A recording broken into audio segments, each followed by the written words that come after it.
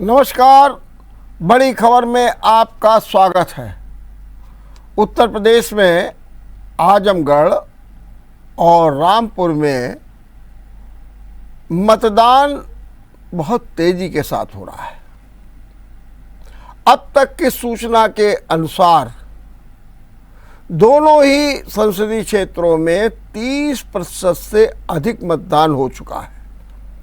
बहुत से क्षेत्र ऐसे हैं जहां पर मतदान का प्रतिशत 40 तक पहुंच गया है। दोनों ही संसदीय क्षेत्रों में राजनीतिक घमासान मचा हुआ है। आरोप लग रहे हैं प्रताड़ना के, आरोप लग रहे हैं असुरक्षा के, आरोप लग रहे हैं मनमानी के। और समाजवादी पार्टी ने तो बाकायदे चुनाव आयोग से शिकायत की है। और सबसे बड़ा दर्द छलका आजम खां का। आजम खान ने कहा कि मुझसे बड़ा कौन क्रिमिनल हो सकता है। उनकी शिकायत है कि अनेक स्थानों पर पुलिस ने बाकायदे लोगों को प्रताड़ित किया, उनको बंद किया ताकि वो मतदान से विरत रहें। और इस तरीके की शिकायतें कई क्षेत्रों से सपा ने की है। अब क्या होगा ये तो बात की बात है, लेकिन आखिर समझने की ये बात है कि ऐसा क्या है कि ये दोनों ही सीटों पर जो चुनाव हो रहा है वो काफी टकराव का है, खींचतान का है, प्रतिष्ठा का है। और देखना ये है कि ये चुनाव परिणाम क्या होते हैं। और फिर जो ये चुनाव परिणाम होंगे तो ध्यान रखिएगा, ये चुनाव परिणाम आगे की दिशा को भी तय करेंगे, 2024 का भी संकेत देंगे। और निश्चित रूप से सबसे बड़ी प्रतिष्ठा लगी हुई है समाजवादी पार्टी की, क्योंकि समाजवादी पार्टी के पास ये दोनों सीटें, आजमगढ़ से अखिलेश यादव, रामपुर से आजम खां, दोनों विधायक बन गए और दोनों ने लोकसभा से इस्तीफा दे दिया। मतलब दोनों सीटें। और आजमगढ़ की सीट पर एक लंबे समय से देखा जाए तो वहाँ पर जातीय समीकरण ऐसा है कि वहाँ पर सपा का ही कब्जा होता रहा है। अखिलेश के यादव के पहले मुलायम सिंह, या फिर यूँ कहें कि जिसको मुलायम परिवार ने या सपा ने चाहा उसकी जीत हुई। ऐसी स्थिति वहाँ के विधानसभाओं में भी है। वहीं दूसरी ओर रामपुर की बात करें, हालांकि ये सीट पहले कांग्रेस के पास भी थी, लेकिन धीरे से अब ये आजम खां के पास आ गई। आजम खां, उनकी पत्नी यहाँ से लोकसभा की मेंबर बनी। और इस तरीके से देखा जाए तो लगातार रामपुर में आजम खां का कब्जा चल रहा है। तो अब ये सवाल ये उठता है कि क्या वास्तव में समाजवादी पार्टी ये दोनों सीटें बचा पाएगी, या यूं कहें कि आजमगढ़ में अखिलेश और रामपुर में आजम खां अपनी प्रतिष्ठा बचा पाएंगे। ये सवाल बड़ा गूढ़ है। आप कह सकते हैं कि जाति समीकरण के हिसाब से तो सपा का पल्ला भारी है, लेकिन नहीं। जिस प्रकार से मुख्यमंत्री योगी आदित्यनाथ ने यहाँ पर अभियान चलाया प्रचार का, भारतीय जनता पार्टी ने जिस तरीके से रणनीति अपनाई है, उससे यह कहना बिल्कुल गलत होगा कि दोनों सीट पर सपा का ही कब्जा होगा। एक तो सबसे बड़ी बात यह हुई कि जो भारतीय जनता पार्टी के आजमगढ़ से प्रत्याशी हैं निरहुआ, वो लगातार चुनाव हारने के बावजूद सक्रिय रहे, इसका उन्हें लाभ मिलेगा। दूसरी ओर मुख्यमंत्री योगी आदित्यनाथ ने वहां जा करके जो आजमगढ़ की छवि सुधारने का बीड़ा उठाया और जो ऐलान किया, उसका भी असर दिख रहा है। योगी आदित्यनाथ ने कहा कि हम जो हैं आजमगढ़ को आतंकगढ़ नहीं बनाना चाहते और चाहते हैं कि इसकी छवि सुधरे। सवाल उठता है कि आजमगढ़ आतंकगढ़ क्यों? ये बात भी सच है कि बहुत सी जगह देश में आतंकवादी गतिविधियां रही, लेकिन उनके तार आजमगढ़ से जुड़े। इस कारण मुख्यमंत्री योगी आदित्यनाथ ने एक ये पासा पा। दूसरी बात उन्होंने कहा, असर होता है जब किसी चीज का नाम बदल दीजिए तो उसका भी असर होता है। मुख्यमंत्री योगी आदित्यनाथ ने साफ शब्दों में कह दिया कि अब जो है हम इसका नाम बदल करके आर्यमगढ़ कर देंगे, आजम की जगह पर आर्यम हो जाएगा और गढ़ बना रहेगा। तो ये बात की गई, विकास की बात की गई, कुरेदा गया कि अखिलेश ने किस तरीके से आजमगढ़ की उपेक्षा की है। और दूसरी ओर रामपुर में भी देखिए, मुख्यमंत्री योगी आदित्यनाथ कह रहे हैं कि जो दोषी है उसे दंड मिलेगा, विकास का नया दौर चलेगा, कह रहे हैं। और ये बात भी सही है कि आजम खां की एक अपनी धाक रही है, लेकिन जिस तरीके से उनके ऊपर 83-84 मुकदमे हुए, उसका भी कहीं ना कहीं असर दिख रहा। और यही तो आज आजम खां ने कहा कि मैं तो सबसे बड़ा क्रिमिनल हूँ। ये क्यों कहा गया? इसके पीछे क्या है? इसके पीछे सिर्फ यही है चुनाव। और अभी एक बयान आया वो आजम खां के बेटे का, वो कह रहे हैं कि ऐसे चुनाव का क्या फायदा। मैंने कहीं ना कहीं लग रहा है कि पलड़ा जो है इधर उधर हो रहा है। और दूसरी एक बात और है, राजनीतिक समीकरण देखिए। बहुजन समाजवादी पार्टी ने आजमगढ़ से तो अपना प्रत्याशी उतार दिया, लेकिन रामपुर से नहीं उतारा। अब आजमगढ़ से जो गुड्डू जमाली चुनाव मैदान में उतरे हैं बसपा से, उनका अपना एक प्रभाव है और वो जितना लड़ेंगे उतना ही सपा को नुकसान होगा। और वो अच्छा लड़ भी रहे हैं। कोशिश की गई है कि वहां पर त्रिकोणात्मक चुनाव हो जाए। अभी तो रिजल्ट बताएंगे 26 को कि क्या होता है, लेकिन सच बात तो यही है कि बसपा ने वहां पर दस्तक दे करके आजमगढ़ में सपा की मुश्किलें थोड़ी सी बढ़ा दी हैं। और वहीं दूसरी ओर रामपुर में अगर आप देखिए तो रामपुर में बसपा ने अपना कैंडिडेट नहीं खड़ा किया। अब दूसरी बात और होती है कांग्रेस की। कांग्रेस ने दोनों जगह अपने प्रत्याशी नहीं खड़े किए। तो अगर कांग्रेस ने दोनों जगह अपने प्रत्याशी नहीं खड़े किए हैं तो इनका वोट किसको जाएगा? अब ये बड़ा विचारणीय बिंदु है कि कांग्रेस का वोट किसको जाएगा।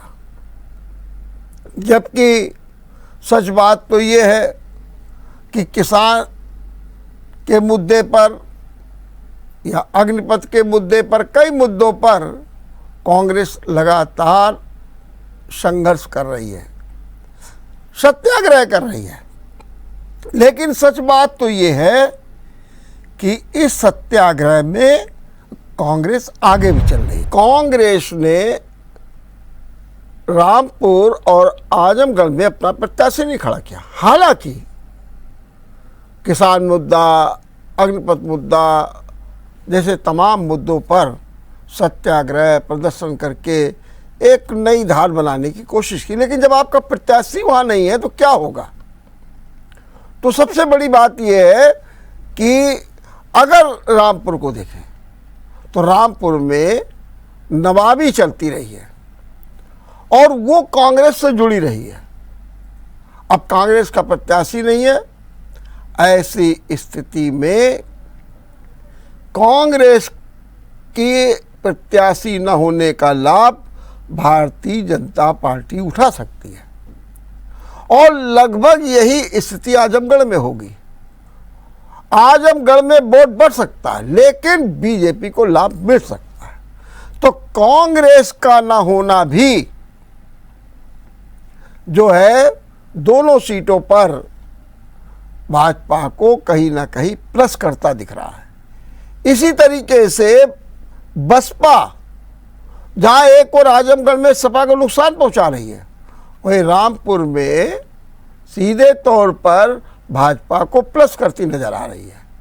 ऐसी स्थिति में कोई ताजुब नहीं होगा, कोई जो है आश्चर्य नहीं होगा कि चुनाव परिणाम चमत्कारिक हो जाएं और ये जो सपा की जो कब्जे वाली दोनों सीटें हैं उनके परिणाम लोगों को चकाचौंध कर दें।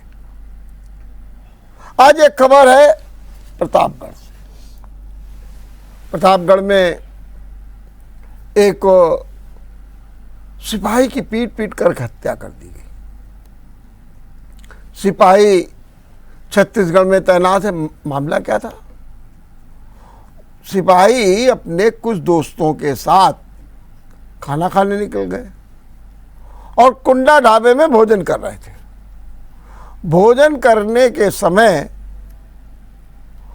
कोई खाने का ऑर्डर देने के नाम पर दोस्तों में बहस छिड़ गई। अब चूंकि ये सिपाही थे तो दोस्तों में जो दो गुट बने उसमें एक में भी हो गए।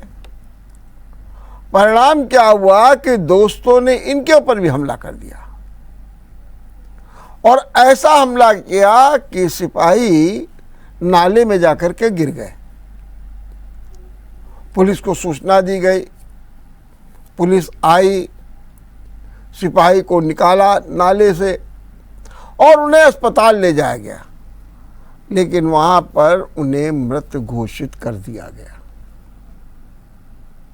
एक खबर और है कानपुर से जो अपने आप में एक बहुत ही आश्चर्य में भी डालती है और आपको सतर्क भी करती है। हालांकि डॉक्टरों ने कहा कि मामला फूड पॉइजनिंग का है, लेकिन खाया क्या गया था? कानपुर के महाराजपुर में एक हथनी गांव है। वहां पर एक परिवार में नाश्ते में मैक्रोनी बना करके बच्चों को दी गई। दो सगे भाई थे, मोहित और रोहित, और उनको जब मैक्रोनी दी गई तो थोड़ी देर के बाद उनकी हालत बिगड़ गई और इतनी हालत बिगड़ी कि सच बात तो ये है कि एक भाई की मौत हो गई और एक की तबीयत अभी भी खराब है, उसका इलाज चल रहा है। तो अगर आप देखें तो ये भी हमें और आपको सतर्क रहने की ज़रूरत है। ये जो फास्ट फूड का कल्चर है, ये कहीं ना कहीं हमारे लिए बहुत खतरनाक भी है, खतरे की घंटी भी है। हालांकि डॉक्टरों ने कहा कि फूड पॉइजनिंग का मामला है, तो फूड पॉइजनिंग भी तो हुई है, कोई चीज़ खाई गई है तो खाने से भी फूड पॉइजनिंग हो गई। इसके मतलब जो चीज़ खाई गई है उसी के द्वारा तो हुई है। तो ये भी अपने में एक बहुत ही चिंता की खबर है और इस पर हमें और ख़ास तौर से अपने बच्चों को सजग रखने की और उन्हें ऐसे फास्ट फूड से दूर रखने की भी ज़रूरत है। डॉक्टर्स तो लगातार एक ही सलाह दे रहे हैं। उनका सीधा सीधा कहना है कि बच्चों को पौष्टिक आहार खिलाइए, और अगर बच्चों को थोड़ा कुछ खिलाना है तो बाजार का नहीं, अपने घर का बनाकर खिलाइए, बहुत ज़रूरी है। और ये खबर भी बहुत बड़ा संदेश दे रही है। अगर आज हम महाराष्ट्र की बात नहीं करें तो ये थोड़ा सा अन्याय सा लगेगा। हालांकि लोग कहते हैं कि खबर वही होती है जो अपने इर्द गिर्द होती है, हमें उसी का चयन करना चाहिए, उसी के प्रति लोगों की रुचि होती है। लेकिन महाराष्ट्र भी इस समय सबसे ज़्यादा चर्चा का विषय बना हुआ है। महाराष्ट्र में घमासान मचा हुआ। महाराष्ट्र में मुख्यमंत्री ने सीएम आवास तो छोड़ दिया है लेकिन इस्तीफा नहीं दिया है,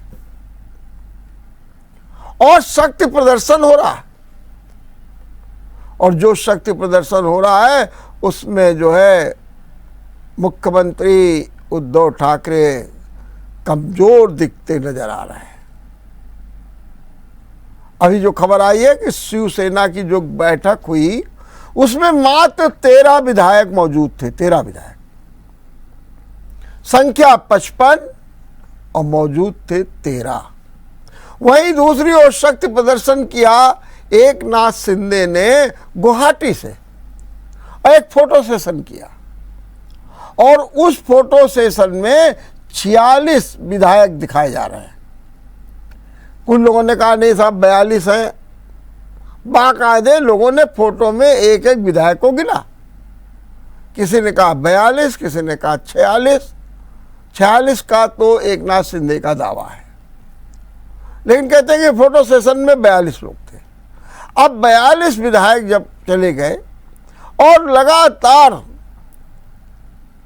बार पलटवार हो रहा है, अगर उद्धव ठाकरे ये कह रहे हैं इसको शिव सैनिक हमारे सामने अगर बात करेगा तो हम इस्तीफा दे देंगे, वहीं दूसरी ओर पत्र भेजकर कहा जा रहा 2.5 साल तक तो आपने मिलने का समय तक नहीं दिया, और हम किसी भी तरीके से बाला साहब का जो हिंदुत्व है उस पर ही चलेंगे। और उनका कहना है कि बाला साहब का जो हिंदुत्व है वो भारतीय जनता पार्टी से मेल खाता है, इसलिए हम उन्हीं के साथ, हालांकि वहां पर बैठकों का दौर चल रहा है। अगर ये भी बात की जाए तो कहा जा रहा है कि अभी 35-34 जो है शिवसेना के ही विधायक हैं, इसलिए वो दल बदल कानून में आ सकते हैं। आज सवेरे एनसीपी के नेता शरद पवार ने अपने नेताओं के साथ बैठक की, और बैठक में एक संदेश दिया उद्धव ठाकरे को, सख्ती कीजिए, सख्त रुख अपनाइए। हालांकि शाम को एनसीपी के विधायकों की भी एक बैठक बुलाई गई है 5 बजे। कांग्रेस भी वहां पर सक्रिय है, और इस बात के प्रयास हो रहे हैं कि किसी भी तरीके से कांग्रेस या जो एनसीपीएम के विधायक टूटने न पाए। कांग्रेस की भी बैठक हो रही है, कमलनाथ बाकायदे वहां पर ऑब्जर्वर बनकर के गए हैं। कमलनाथ को ऑब्जर्वर बनाने पर मध्य प्रदेश के मुख्यमंत्री शिवराज चौहान ने तंज कस दिया। उन्होंने कहा जो व्यक्ति अपनी सरकार को बचा नहीं पाया वो महाराष्ट्र में क्या कर रहा है। आपको मालूम है कि कमलनाथ की सरकार थी, किस तरीके से ज्योतिराव सिंधे सब लोग एक साथ चले गए, पाला बदल लिया, बीजेपी में चले गए, और हुआ क्या कि कमलनाथ की सरकार चली गई। कह रहे कि जो व्यक्ति अपनी सरकार नहीं बचा सकता है वो दूसरों की क्या बताए। बहरहाल ऐसा लगता है कि आज रात तक कोई न कोई निर्णय होगा, और शिवसेना इस बात पर जोर दे रही है फ्लोर टेस्ट करिए, विधानसभा में आइए, परीक्षा कीजिए।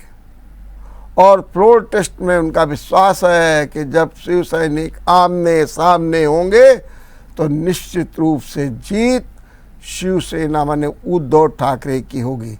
लेकिन गणित क्या काम कर रही है ये देखने की बात है, क्योंकि भारतीय जनता पार्टी भी निरंतर मंथन में लगी है और वो कौन सा दांव चलेगी ये देखना है। और देखते रहिए बड़ी खबर। नमस्कार। अगर आपको हमारा वीडियो पसंद आया हो तो हमें लाइक करें, सब्सक्राइब करें और ज्यादा से ज्यादा शेयर करें। और हाँ, बेल आइकॉन दबाना ना भूलें ताकि हर खबर का अपडेट आप तक पहुंचे तुरंत। आप हमें इंस्टा, ट्विटर और फेसबुक पर भी फॉलो कर सकते हैं। हमारी आईडी है @JMT News Flash।